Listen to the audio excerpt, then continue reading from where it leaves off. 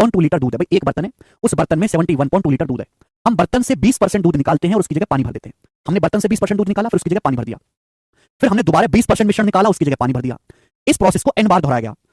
इस प्रोसेस को कितनी बार दोहराया गया? यह प्रक्रिया n बार तब तक दोहराई जाती है जब तक कि मिश्रण में दूध की मात्रा या दूध की सांद्रता 40.8% से कम ना हो जाए।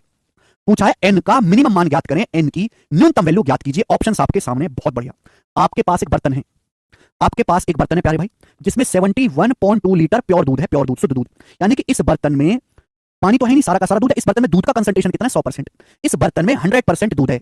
अब हम क्या करते हैं, इस बर्तन से 20% दूध निकालते हैं, उसकी जगह पानी मिला देते हैं। अगर 20% दूध निकाल लोगे तो दूध बचेगा कितने का? दूध बचेगा कितना? 80%।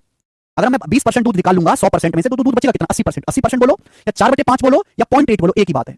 अगर मैं बर्तन में से 20% दूध निकालूंगा तो दूध बचेगा कितना? 80%, 0.8 बचेगा। और हमने 20% दूध निकाला, फिर उसकी जगह पानी भर दिया, फिर हमने दोबारा से 20% मिश्रण निकाला, उसकी जगह पानी भर दिया। तो मैं हर बार मिश्रण का 20% निकाल रहा हूं, 1/5 निकालो तो मल्टीप्लाइंग फैक्टर क्या आएगा? 4/5 या फिर 0.8 की बात है। इस प्रोसेस को मैंने n बार किया तो एक बार का मल्टीप्लाइंग फैक्टर 0.8 है। इस प्रोसेस को मैंने n बार किया तो n बार ये प्रोसेस करने के बाद आफ्टर n प्रोसेस बर्तन में बचे दूध का कंसंट्रेशन क्या होगा? ये होगा n बार प्रोसेस करने के बाद बर्तन में बचे दूध की जो सांद्रता होगी वो ये होगी 0.8 की पावर n। बोला है कि कब तक इस प्रोसेस को n बार दोहराया जाता है? जब तक दोहराया जाता है जब तक मिश्रण में दूध की सांद्रता 46.8% से कम ना हो जाए। इस प्रोसेस को तब तक रिपीट करते हैं। 20% मिश्रण निकाला, पानी डाला, 20% मिश्रण निकाला, फिर उतना ही पानी डाल दिया, फिर 20% मिश्रण निकाला, उतना ही पानी डाल दिया, है ना? इसकी कोई जरूरत नहीं थी।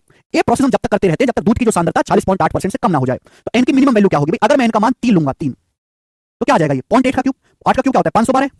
0.8 का क्यूब 0.512। परसेंटेज में क्या होगा? परसेंटेज में क्या होगा? 100 से गुणा करो, परसेंटेज का साइन 51.2%।